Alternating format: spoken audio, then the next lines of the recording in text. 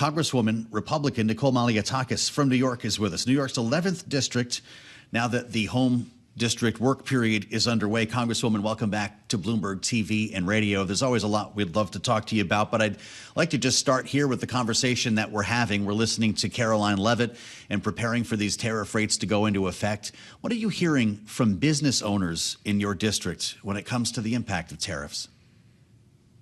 Look, both business owners and consumers rightfully have some concern about what this will mean for them, what this will mean in terms of cost if you're a consumer, what's your bottom line if you're a business, and how are you going to make sure that it doesn't impact you. But what I would say is, and I've told the administration this multiple times, it's my hope, what we will hear from the president, is that he will pause some of these tariffs, continue the pause for the countries that have been working in good faith. We have many countries right now that are at the table. They're negotiating in good faith. They're looking to lower their barriers of entry, allow more American products into the country, try to make a more balanced trade. And I think that if they are working with us, then we should give them a little more time. Obviously, it is difficult within that 90-day period to make so many trade deals all at once because each is very exclusive, specific to that nation, and addresses different needs. But what we have seen from the president is more fair trade for the American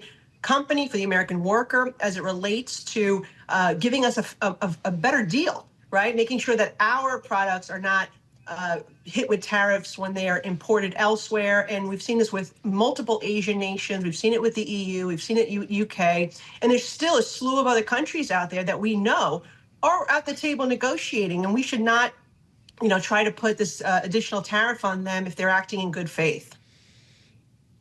Well, when we consider the administration is also touting the revenue that is being brought in by the existing tariffs, Congresswoman, knowing that that revenue is coming from importers who are paying that tax when they bring these products into the United States, is that really a better deal for them?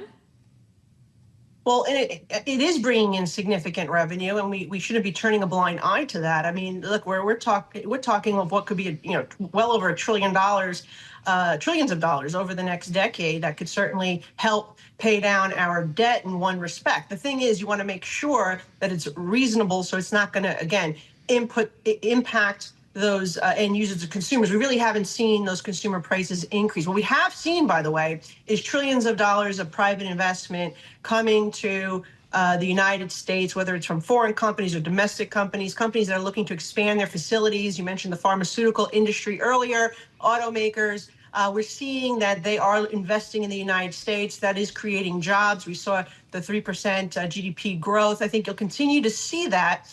Now that we've also passed the tax legislation that will be pro-growth, pro-jobs, that will play a role. It all needs to be balanced. That's, I think, at the end of the day, what people are looking for, some type of balance here. And tariffs is a small piece of that equation, is a strategic tool, needs to be used, though, in a targeted approach. And really, we should be looking for a particular outcome from the nation that we're dealing with, not just an across the board, slamming every country with tariffs, particularly if they're working with us at this moment to get a more fair trade deal. Well, it's possible we'll see more extensions before this day is over after Mexico got one. Congresswoman, we've been hearing from a lot of your Republican colleagues in the House and a number of Republican strategists who talk to us every day here on Balance of Power, who seem to think that a government shutdown is a lot more likely now than it was even a month ago following the passage of the rescissions package. A lot of Democrats are saying we're pulling away from the table. Republicans cannot be trusted. Does that ensure a shutdown at the end of September? Well, I think Democrats not wanting to work with us in a bipartisan manner to fund the government can certainly lead to a shutdown, particularly when you need 7 votes in the Senate to pass any appropriations bill. And so it is concerning. I would argue that, all our appropriation bills have passed in a bipartisan manner. It is the right thing to do, is to avoid a government shutdown, make sure, and I've been through this now probably about 5 times, we've always averted the shutdown. So really, if we have a shutdown, it will be because the Democrats don't want to work with us in a bipartisan manner, because all these bills will be bipartisan at the end of the day. So they shouldn't hold their votes. And I would say that look, we need to be responsible here. We need to legislate. The impact of a shutdown is very problematic, and we should really try to avoid that at all costs.